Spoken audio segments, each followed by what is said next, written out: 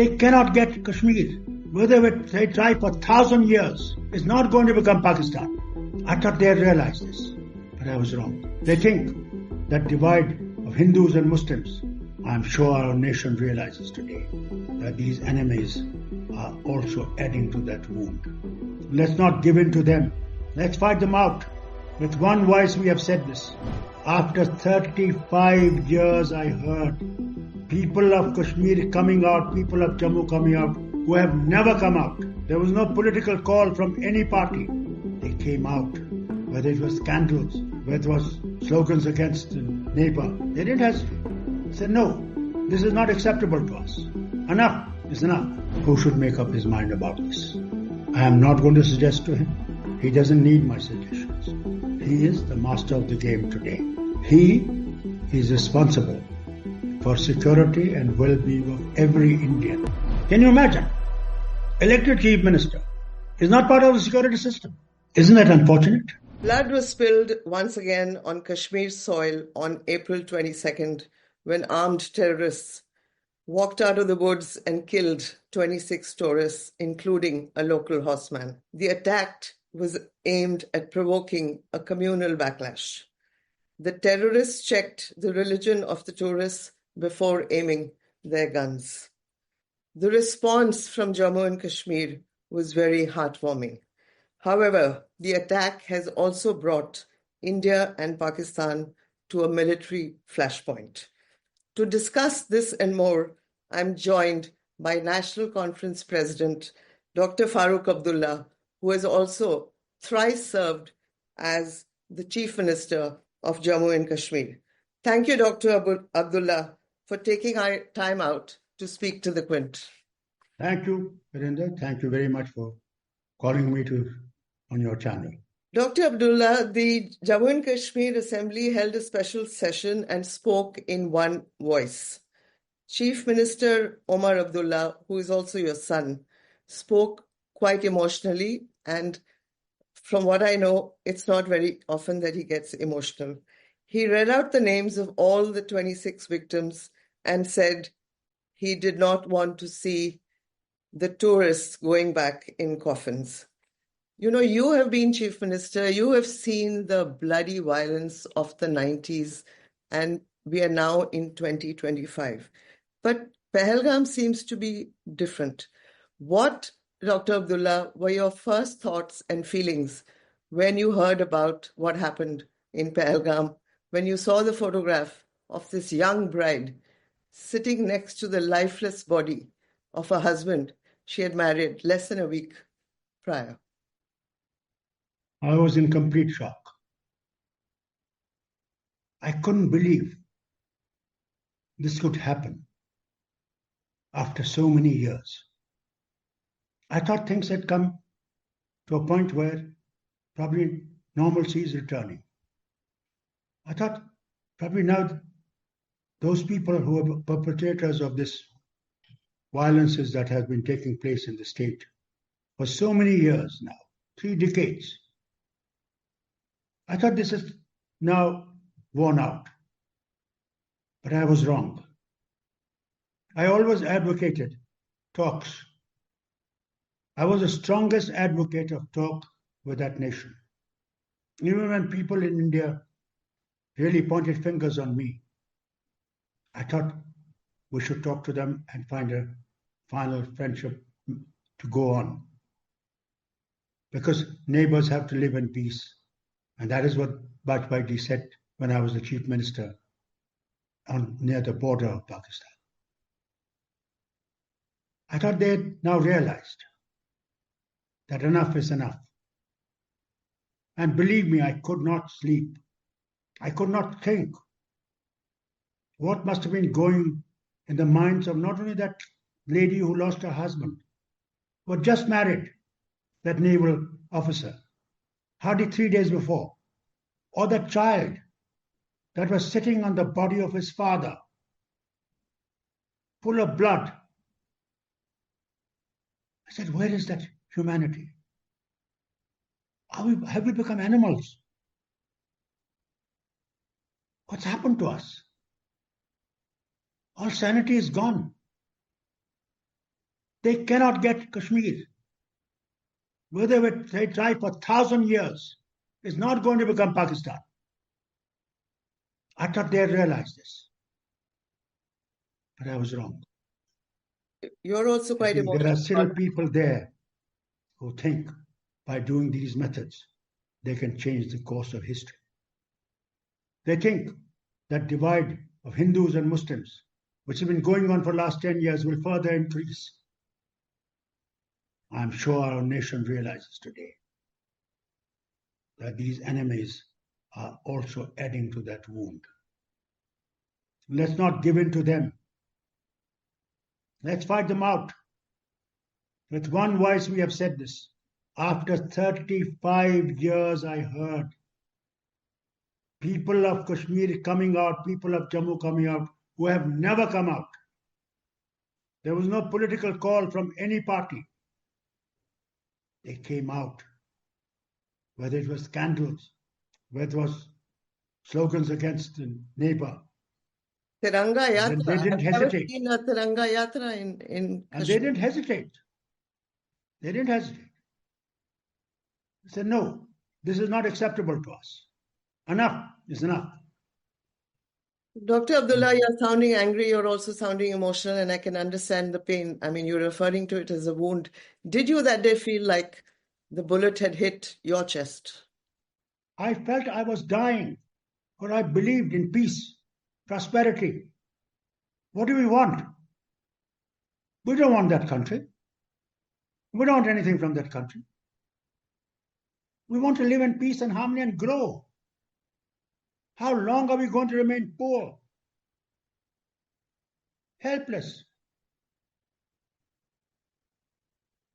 Dr. Are they Abdullah, not poor? They're miserably poorer than us. Yet they're handlers there, who themselves enjoy great enjoyments, use those fellows to commit such drastic attacks.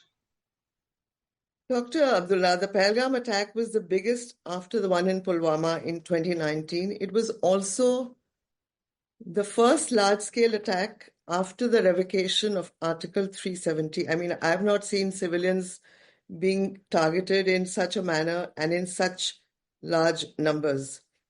Omar Abdullah today, and he's not in charge of security, I think I need to underline that point. He took responsibility because he's also the tourism minister, and he said that he could not ensure the safe return of the tourists. But let me ask you, what about the abject failure of the security and intelligence agencies? Where do you think that buck stops? Does it stop at the door of the Lieutenant Governor? Does it stop at the door of the Union Home Minister Amit Shah? Or does it stop at both their doors? Harinder, this is not the time to lay the blames. If we start pointing fingers at people, we lose the main battle that we are fighting. Of united India, united people, to get rid of terrorism once for all. If I lay blame on the Lieutenant Governor, or I lay blame on the security forces, or if I lay blame on the Home Minister, I'm going to be making a biggest mistake. I don't want to make that mistake. Time will come when we have overcome this tragedy and we have overcome the battle that probably will rage. I do not know. It is after that we'll sit down and see where we went wrong and why we went wrong and what should have been done and what should not have been done. That is the honest opinion I tell you. Dr. Abdullah, I've always asked you direct questions, and you have never minced your words, whenever you've answered my questions. After the Mumbai attacks in 2008, I remember. The Chief Minister and the Home Minister were both changed. In that context, I was asking you about, where do you think the buck stops? I'll tell you why it's important, because unless we fix accountability, we are not preparing ourselves for the next attack. Harinder, this should be the Prime Minister who should make up his mind about this. I am not going to suggest to him. He doesn't need my suggestions. He is the master of the game today. He is responsible for security and well-being of every Indian, whatever his religion, whatever his language, whatever his province or place that he comes from. He has to protect us all. Therefore, for him to take such steps. Amazon presents Jeff versus Taco Truck Salsa. Whether it's Verde, Roja, or the orange one. For Jeff, trying any salsa is like playing Russian roulette with a flamethrower. Luckily, Jeff saved with Amazon and stocked up on antacids, ginger tea, and milk. Habanero? More like habanero, yes. Save the everyday with Amazon. Dr. Abdullah, it was very heartwarming. Kashmiriyat was in full display after the Pahalgam attack. You know, it was the ordinary Kashmiri that just rose to the occasion. We saw the injured being taken on the shoulders of the local guides. We saw people opening their homes, their hotels, the mosques, everything was done. I did not see this in the 90s when the Kashmiri Pandits, for example, were targeted and had to migrate. You will recall those days. Can you help me understand what has changed? What changed this time? You know, when that Pandits affair happened, it was the Kashmiris who were totally frightened. The guns were pointing at them. They were completely in a sort of a daze. They couldn't protect themselves. How could they protect others? But today, after 35 years, they rose to the occasion because they saw the change that has taken place in 35 years. And they did not want to go back to 90s. They rose up. You know, there were 1,100 tourists at that place. 26 only died. The rest were saved by those other Kashmiri, whether it was horseman, whether it was a tea wallah, whether he was a man who was selling golgappas or something. They hit them at the cost of their own lives. Does not that show Harinder change? Because I and you have seen the miserable times. But I'm also appalled that there was not a single person in uniform anywhere near that meadow. Where I know. We all know. Last year there were 2 army camps there. This year, what happened? Why were they not there? Why was now nobody on that 5 kilometers range where people either walk or use small ponies? It's a big question. Every Indian will ask this. Time will come, and those responsible will have to answer. This will not be forgotten. They will be taken to task. Do you have an answer for this question, Dr. Abdullah? I mean, the complacency is shocking. I think every Indian feels today the same. We're all in the same camp. There's no difference between you and me or anybody else. But today, our battle is different. We cannot divide ourselves on anything other than what is the future of destroying terrorism. Most important is to destroy terror forever, that it never occurs. No woman loses her husband. No daughter loses her father. No son loses her father or mother. We've had enough of this. You have seen this. We have had enough. More than enough. And I think time has come.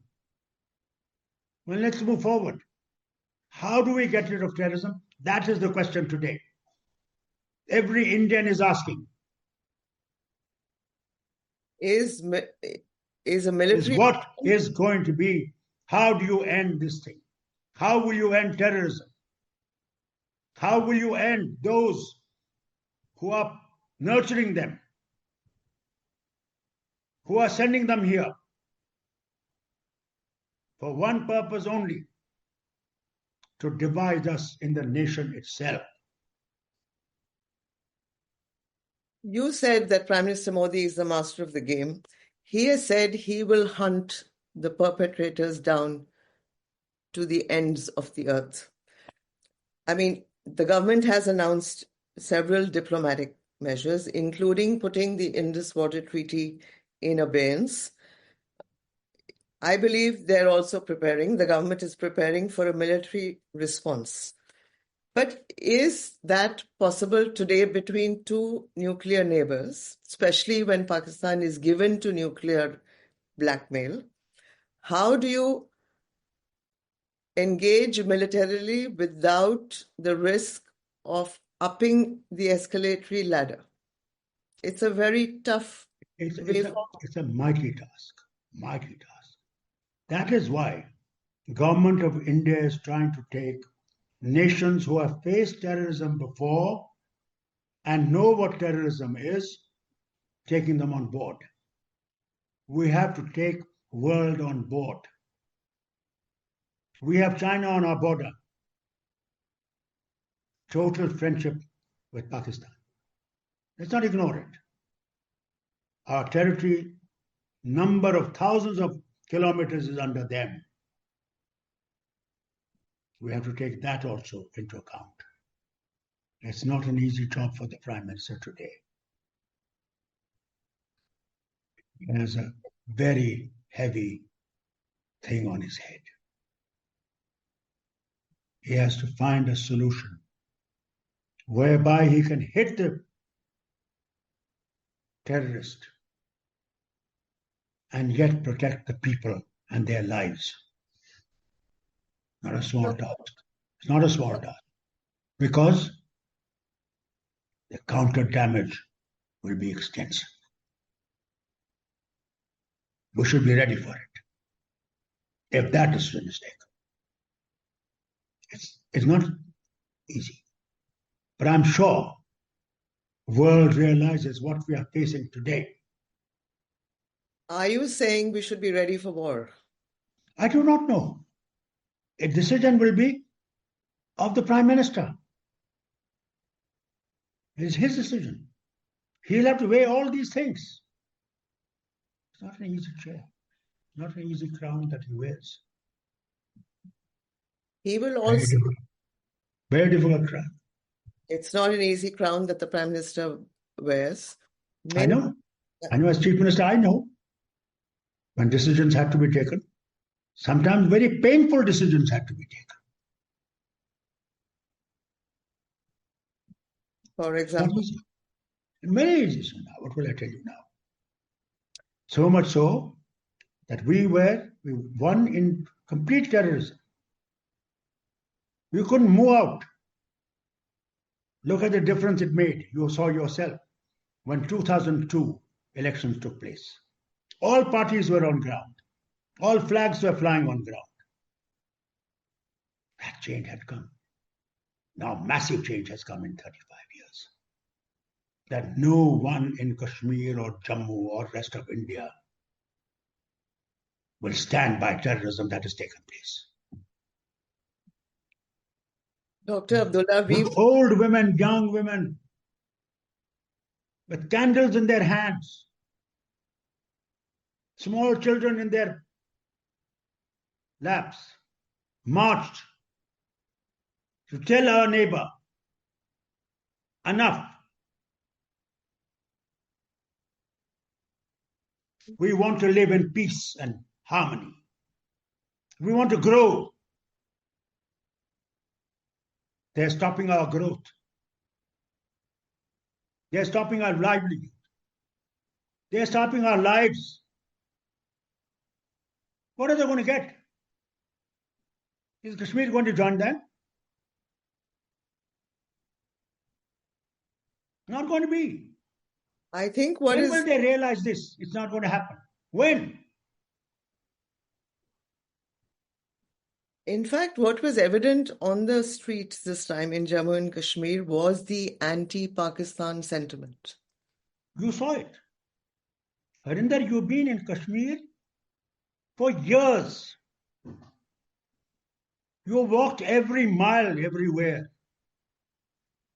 with bombs coming over your head. You have never seen what you saw today. Can you believe that this is the same Kashmir that was in 90? What a change. We're talking military options. May I point out that we've already had 2 surgical strikes that the Narendra Modi government took political ownership of, one after Uri and one after the attack in Pulwama. Balakot was the last one. Yes, that was the second, Balakot. Yes. After 2 surgical strikes, we've still had infiltrators walk in across the line of control and kill innocent civilians in Pahalgam. Pakistan, how are we going talking of innocent civilians? How many of our soldiers Pulwama and officers have lost our lives? Not only Pulwama, in Punch, in Rajouri, in other parts of this, just recently in Udhampur, a young soldier from West Bengal. When I saw that old man of his father on the bed and mother old, tears rolled down my eye. I said, my God, are we such inhuman? Such inhuman we are. And if they say they are Muslims, I don't believe they are Muslims. They have not read Quran. But its Lord says openly, one innocent killing, you have killed humanity. I don't think they know Islam. They are devils in the garb of Islam.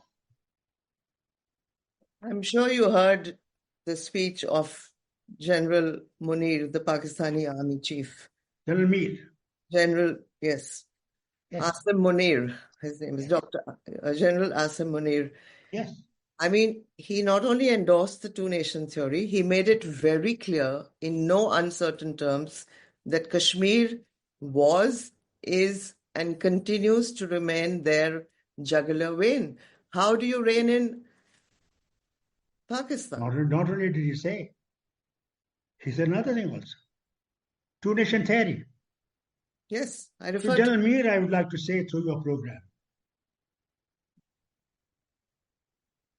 Was East Pakistan not Muslim? Did they not harbor Islam? What was the reason?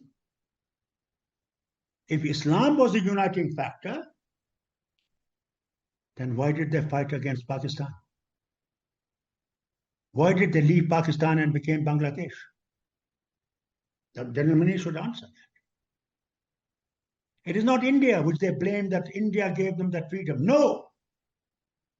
It was Mukta Bani or something like that, their local people who stood against them and said, enough is enough. We're not part of you. Mukti Vaini. India only helped in the end. It was their fight. Therefore, if he says this two-nation theory and all this, I remind him of East Pakistan. Dr. Abdullah, in the special session that was called, and everybody spoke in one voice, the Chief Minister, Omar Abdullah, also said that he doesn't have the face at this point to seek the restoration of statehood. And he cannot do it, on the bodies of 26 lives. But given the way that Jammu and Kashmir has responded, given the solidarity that the Kashmiris have shown, given the unity, given the slogans, given, they've defeated this Hindu-Muslim ideology on the streets today. Is this not a window of opportunity that New Delhi must see? It is a window of opportunity, and I think Delhi should immediately consider restoring statehood to this Jammu and Kashmir. It's vital. Can you imagine? Elected chief minister is not part of the security system. I was the chief minister who started unified command so that all intelligence could be pulled in. And the 15th Corps General and the 16th Corps General were looking after this because all the intelligence was pulled in. And then decision was taken what to do. That's how we won the situation. And 2002 changed the whole thing. Today, Chief Minister is not consulted. Only last time, when this happened, and the Home Minister rang Umar and said, we have to meet. And then the security meeting, Umar attended. Isn't that unfortunate? Elected government,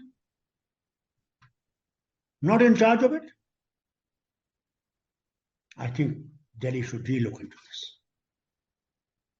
Is there and should rapidly look into this. You're saying a very important thing, that this window of opportunity should not be squandered, that statehood should be restored at the earliest. Correct. Absolutely right. So in some ways, you are saying, you're differing with what Omar Abdullah said in the assembly. Omar Abdullah has different responsibility. He doesn't want the 26 lives to be ignored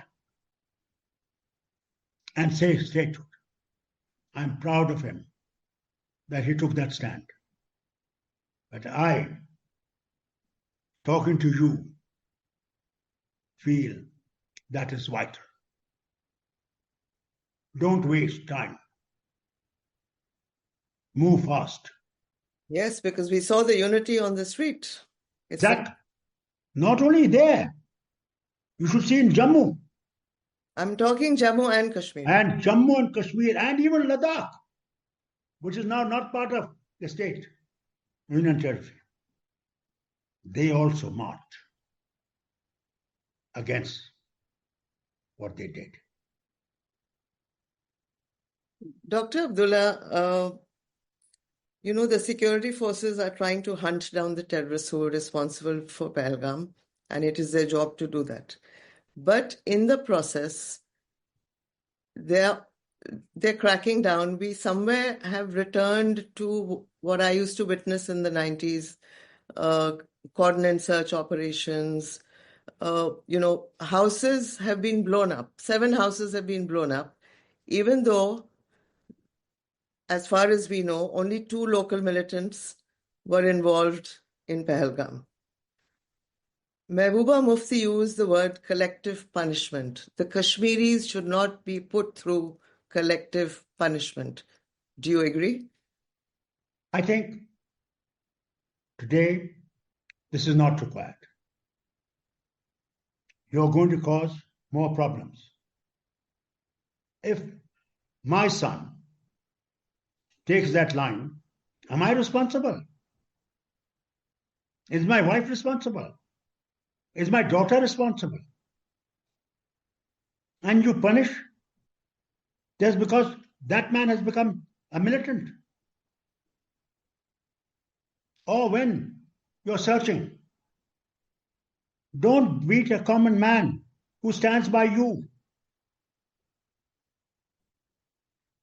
That should not happen because it will create another tragedy for us.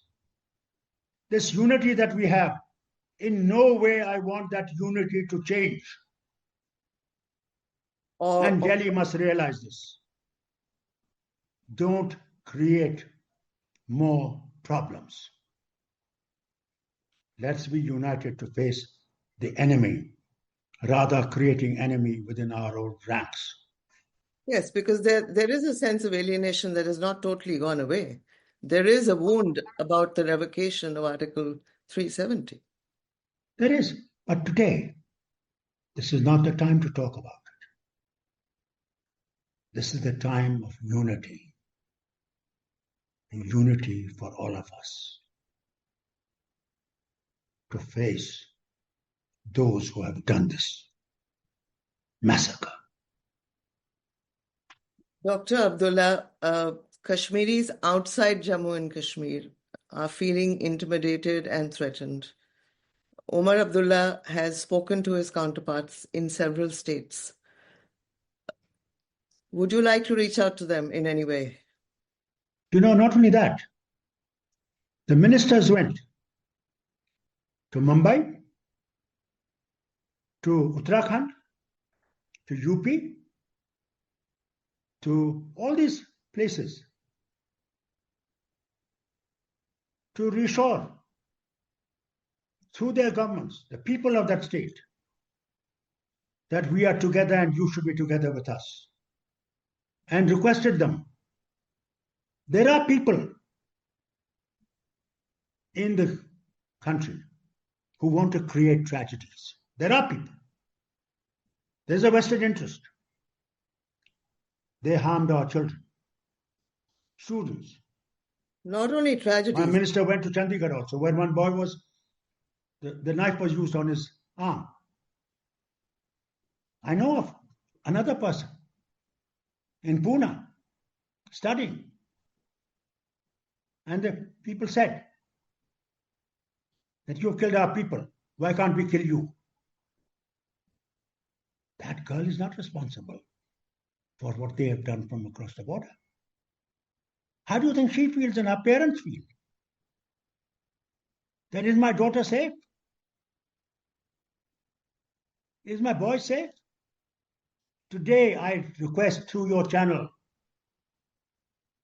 not only the governments, but the people of India, protect our children as you protect your own.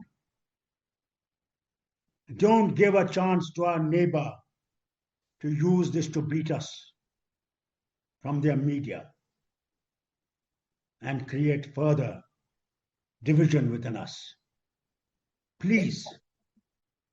Dr. Abdullah, the wives who lost their husbands in Pahalgam have said, do not demonize the Kashmiris. They are the ones who helped us. There is nothing wrong with Kashmir. They are the ones seeking accountability from New Delhi. I am proud of them. I am proud of them who lost their dear and near ones. Even today, they stand by us, knowing fully well we are not responsible. The responsibility lies somewhere else. Dr. And Abdullah, I'm grateful from my heart for what they have said. History often sends us very grim reminders. When I heard about Pahalgam, J.D. Vance, the US Vice President, was visiting India. You were the Chief Minister in 2000, March, when the US President Bill Clinton came to India, when 36 Sikhs were slaughtered in Chitty Singh. In Chitty Singhpura. Yes. Yes. I mean, I remember that very well. You know what happened? There was a lunch given by the Prime Minister. And I was also in that lunch. And suddenly I get a news that people have been slaughtered in Chitty Singhpura who had never done anything wrong. Never. I went. God bless his soul. Badal Sahab, he was also there. I said, Badal Sahab, please come with me. That will strengthen us. Clinton said, why are you leaving without lunch? I said, sir, how can I have lunch when my citizens have been slaughtered in cold blood? And I said, when you go across the border, please tell them, I still remember my words, tell them, this is not on. And America does not stand by this. the reason I remember when I walked to that village and to that Gurdwara mud Gurdwara. And these people's chittas were burning. And these young people sitting in the Gurdwara, they had blood in their eyes. हमने क्या किया? हम तो आराम से रह रहे थे. हमने किसी का घर नहीं बिगाड़ा, किसी का कुछ नहीं बिगाड़ा. हमने क्या किया कि हमने ये देखना पड़ा? I swear to you, Fatehdar told me at the airport while I was going, doctor साहब मत जाइए, वहां मार डालेंगे. मैंने कहा मैं मरना पसंद करूंगा, मगर जाऊंगा जरूर. Are you planning to go to मैंने Pahalgam? उनकी आंखों से खून के आंसू देखे. Are you planning to go to Pahalgam soon? Yes. My son went, my son's other party people went, my grandchildren went to every home. I'm sad only about one thing. Why did they not allow Rahul Gandhi ji to visit those patients in the hospital or Pahalgam? What would have gone wrong? They told my grandchildren, you can't go. But my grandchildren went. They said, bugger all. We are going to go. We're going to meet people. We're going to go to family जिसको शहीद किया और उसके घर भी गए जिसने 11 आदमियों को बचाया. I felt sad. How much it would have helped to give people, not only local but the visitor, that feeling that yes, the nation is with us. Why don't they understand these things? What is wrong with them? National leader comes. How much would have not given that boost to our people? That nation stands by us. The reason I brought up Chitty Singh Pura and J.D. Vance's visit is also because, we know that Pakistan ups the ante every time there is a visit by a high-profile VIP. We really should have been prepared. Even after Baluchistan, we should have been prepared. Harinder, can you imagine? We're not helping the Baluchis. Their own liberation force that they have made stopped that train and took first women and children out. Then saw cards of each one of these people, and they were soldiers. And they shot the soldiers. Are we responsible? How do you hold us responsible? What is happening in your nation? We don't create terror. I mean, we were not responsible for Mumbai. First, they didn't own it. Then they owned it. Yes, it's our people. We have never been terror states. We have rejected terrorism always. We paid the price with Mahatma Gandhi.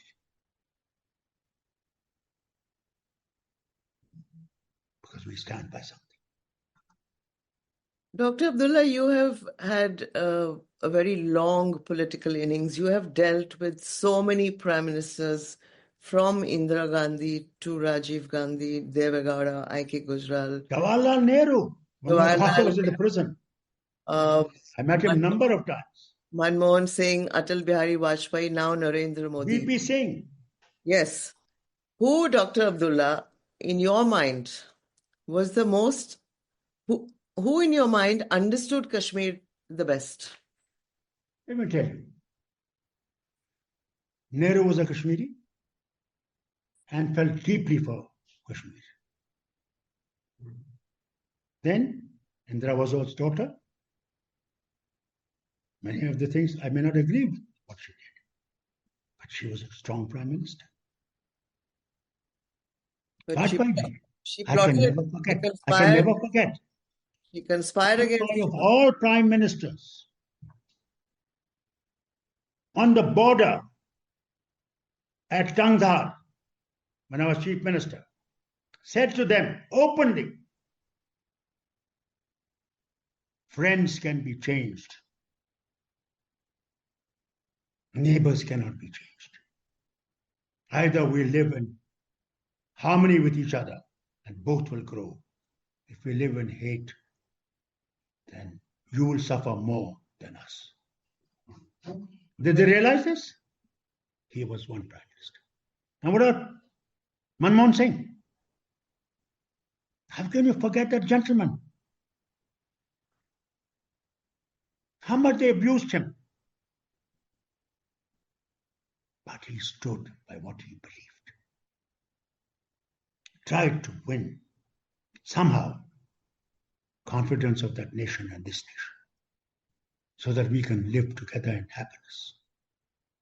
He failed, as Vajpayee failed, but never gave up to his last breath.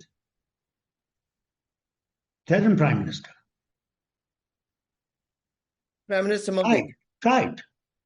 I think he was in Afghanistan. When he went to Lahore. And when he went to Lahore, to a nation which you could not believe somebody might shoot him like they shot their own governor in Lahore. Do you remember? There you can't understand who's rogue and who's not rogue. It's not known. But he went.